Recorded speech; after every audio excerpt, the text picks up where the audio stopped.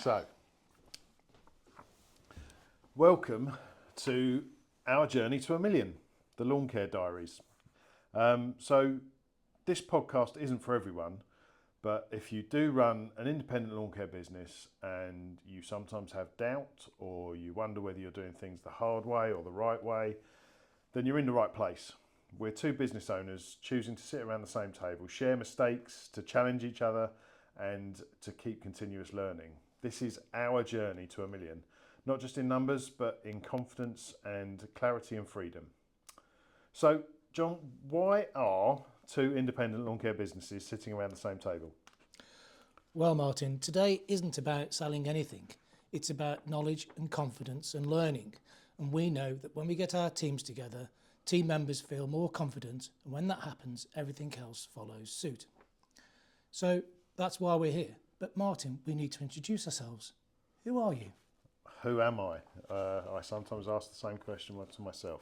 I'm Martin Ashdown, founder of Lawns One. We're a family-run business that started back in 2004, and I've spent 2 decades turning a one-van operation into what is now a 12-man operation, learning lessons the hard way on pricing, routing, hiring techs, keeping customers happy.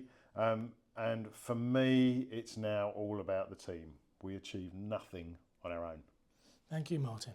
And I'm John Draper, Greener Gardens, based in Nottingham. And again, we've been established over 20 years. And what matters to me most right now is building a business that works without me, because that's how I'm going to get my time back, and that's how you're going to get your time back. And that's what real value actually is. Right, okay. I should just explain at this stage, if anyone can hear pages turning, it's because we've got a little bit of a script, but we've done that so that we don't forget everything. So, John, I've got some questions. How did we meet? What can you share your recollection of how we first came across each other? I can, Martin. We met through a networking event, and I can honestly say I can't remember the year. But I do remember the questions that you asked me. Go on. How many customers you got? My favourite. And the biggest changes in my business didn't come from courses. They came from conversations with other owners just like you, Martin. And I think that's why we still make time for this, because running a business on your own is hard work. And Martin and I still talk most weeks. Sometimes it's business, sometimes it's perspective, but it's always really valuable. So, Martin, how do you remember asking me that question? How many customers you got? Well, I remember asking you the question vividly on my sofa in my lounge. You'd been on a booze cruise, I think, and because I lived just off the M20, you'd stopped by, which was good of you, and we had quite an open and honest conversation about our businesses, and I think that's where the spark first came from, and we probably realised that we could learn quite a lot from each other. What year that was, I've got no idea, and I don't care to remember either. So, but yeah, I'm glad that those conversations we're still having, because it's those conversations that drive me and my business forward.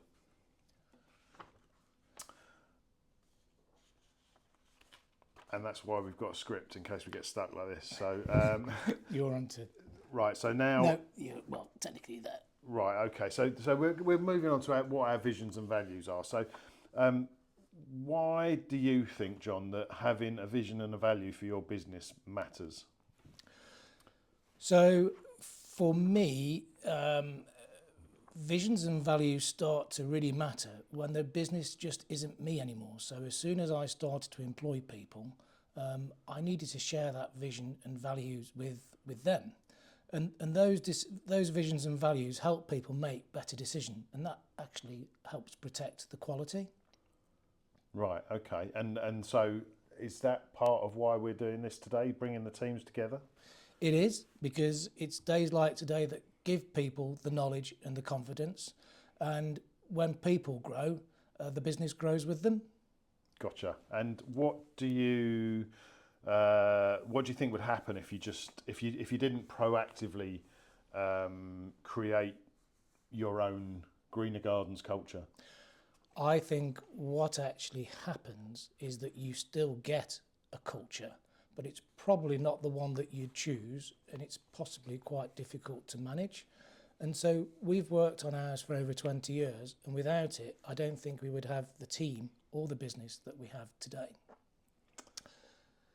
So for me, Martin, I think it's time that I ask you the same questions. So why do visions and values matter once your business grows?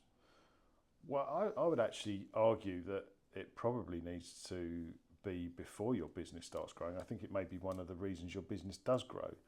And I think that's because when you're clear on where you're going and how you're going there, it's much easier to get people on board, and it's much easier to find people that want to be on board. I often speak in Lawns One about our business being a train or a bus, a vehicle for good. So we're going through local communities, we're visiting, we're stopping off and we're visiting people, but we've also got our team jumping on and off the bus at any particular time. Hopefully when they jump off the bus, they're a better person than when they jump on. So I think that it's crucial that we have the vision and values for our team. Okay, and then your reason for bringing your team together for a day like today? I think there's a multitude of reasons, but I think one, it's nice to have a break. You're doing the same thing pretty much day in, day out. So to have a bit of a change of scenery and to meet some other people that are in the same industry and share experience, I think is a great opportunity. And I think also the learning that goes with that, and the fact that your team knows that you appreciate them by bringing them and trying to grow themselves and open their minds, I think is invaluable. Okay, and then the last one, what happens when culture is left to chance? Well, you've already answered that, haven't you? I mean, you can't, you shouldn't do it. If you leave it to chance, you don't know what you're going to get, and if you don't know what you're going to get, how are you going to manage it? Don't do it. Okay. Now, Martin, I'm going to ask you these questions because, why a podcast? We're already having our conversations. Why do we want to sort of do a podcast? Wow. Well, good question. I'm very keen on personal growth, as those people close to me know. I have a phone full of quotes and sayings about how to further oneself. So this is just another extension of that, giving back. So many people, I often think back to all the key moments in our business when people have helped me, and it would be wonderful if I could help someone else. Okay. And what sort of conversations? I know the conversations we have, and they're sometimes quite random, but what conversations aren't happening enough in the industry? For me, I guess this one's probably not wholly relatable to a lot of people, but I mean, we're getting to a size now where our turnover is reasonable, and we have a number of people working for us, and it's a great team. I guess it's what growth looks like from here on in, and kind of are we, at what point do you get too big to be bought, or what size is the preferable size to be bought? Not that I'm wanting to sell, but it's those kind of questions would be really handily answered for me. Yeah, okay.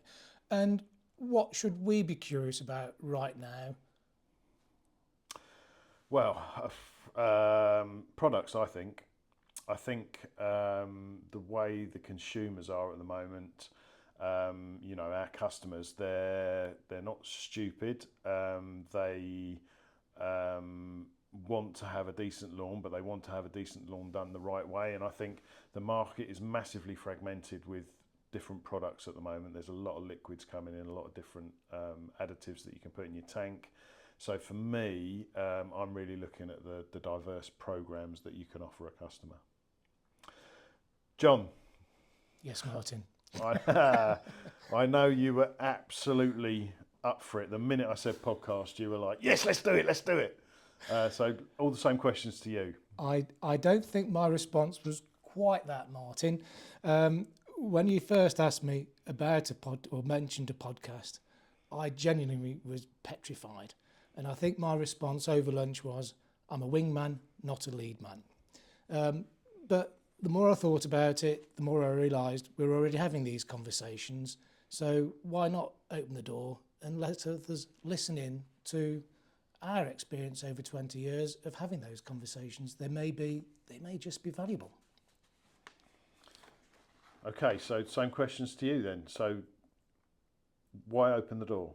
Okay, so running a business can be lonely. Your head gets noisy and it's easy to get knocked off course. And hopefully this podcast will help people get a clearer view on a few basics. If the podcast helps people get a clearer view on the basics, then it's going to be worth doing. You can't even read your own words, can you, John? No, can't.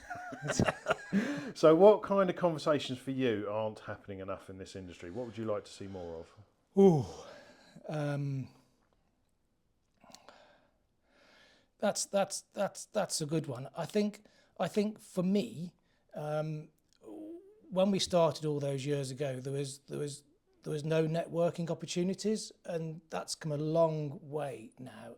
I think there's big opportunities for newer people to get involved and start shaping the industry in the way that they would like it shaped, rather than me that's been doing it for sort of 20 years. So fair enough, looking for that new blood. Yeah. Okay, and what should we be curious about right now? Oh, there's so much. I mean, we'd probably have to talk about AI and that, isn't it? Because I think that's certainly one thing to be. You are quite an AI fan, aren't you? Well, I'm having a go. Whether my staff like it or loathe it, but they actually love it, because actually it's helping us understand more about our business. So, Martin, it was only going to be a short sort of podcast, just to sort of give people a taster of what the podcast series is about. And I think hopefully people have enjoyed it. Today isn't about answers, it's about asking better questions.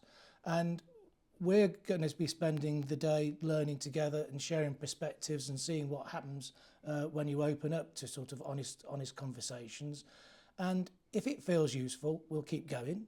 And if you're listening thinking, I felt that too, then this podcast is probably for you.